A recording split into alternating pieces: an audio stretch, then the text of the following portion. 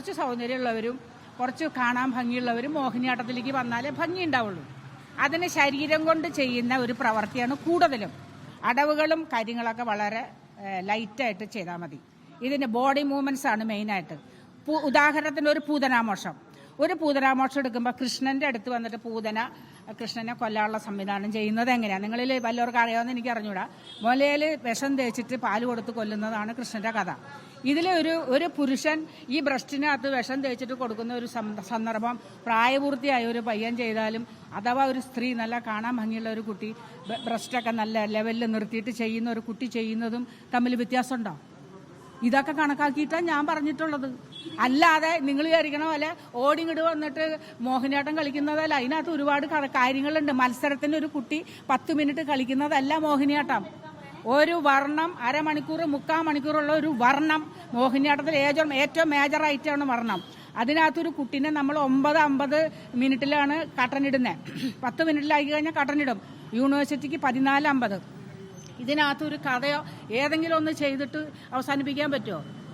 പറ്റൂല.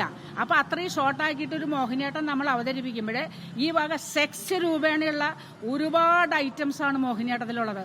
ഒരു കുട്ടി മണിയറ ഒരുക്കുന്നു ഭർത്താവിന് വേണ്ടി, അങ്ങനെ എന്താ ഒരുപാടുണ്ട് പറയുകയാണെങ്കിൽ.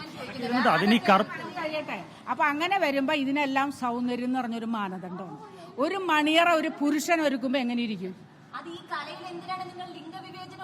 ഓരോ ലിംഗം എന്ന് പറഞ്ഞാൽ അതായത് മോഹിനിയാട്ടത്തിന് പെൺകുട്ടികളെ ചെയ്യാവുന്നുള്ളതാണ് എന്റെ അതെന്റെ അഭിപ്രായം.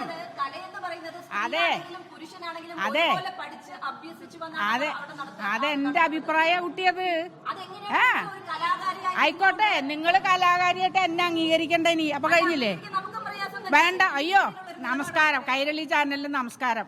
അംഗീകരിക്കേണ്ട. ഒരു ചാനലോ ഒരു മാധ്യമ സ്ഥാപനമോ മാധ്യമ പ്രവർത്തകരല്ല മേഡം. മേഡത്തോടൊപ്പം കലാമേഖലയിൽ നിൽക്കുന്ന ആളുകൾ ഒന്നടങ്കം പറയുകയാണ് കലാകാരിയായി തുടരാൻ മേഡത്തിന് യോഗ്യതയില്ല, അർഹതയില്ല. ഒരു വിരോധമില്ല. വേണ്ട, നിങ്ങളെല്ലാരും ഒരമ്മ മക്കളാന്ന് എനിക്കറിയാലോ. ശരിയല്ലേ ഞാൻ പറഞ്ഞത്? അപ്പൊ പിന്നെ നിങ്ങളെല്ലാരും ഒന്നിച്ചല്ലേ പറയുള്ളൂ.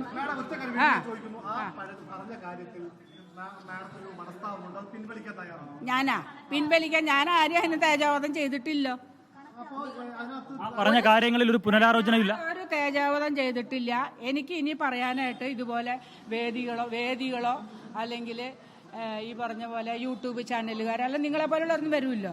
ചാനലുകാർ വരുമ്പോൾ എനിക്ക് പറയാനുള്ള എൻ്റെ 66-ാമത്തെ വയസ്സിൽ എനിക്ക് എൻ്റെ അഭിപ്രായം പറയാൻ പാടില്ല എന്ന് വല്ല നിയമമുണ്ടോ? ഞാൻ പറയും.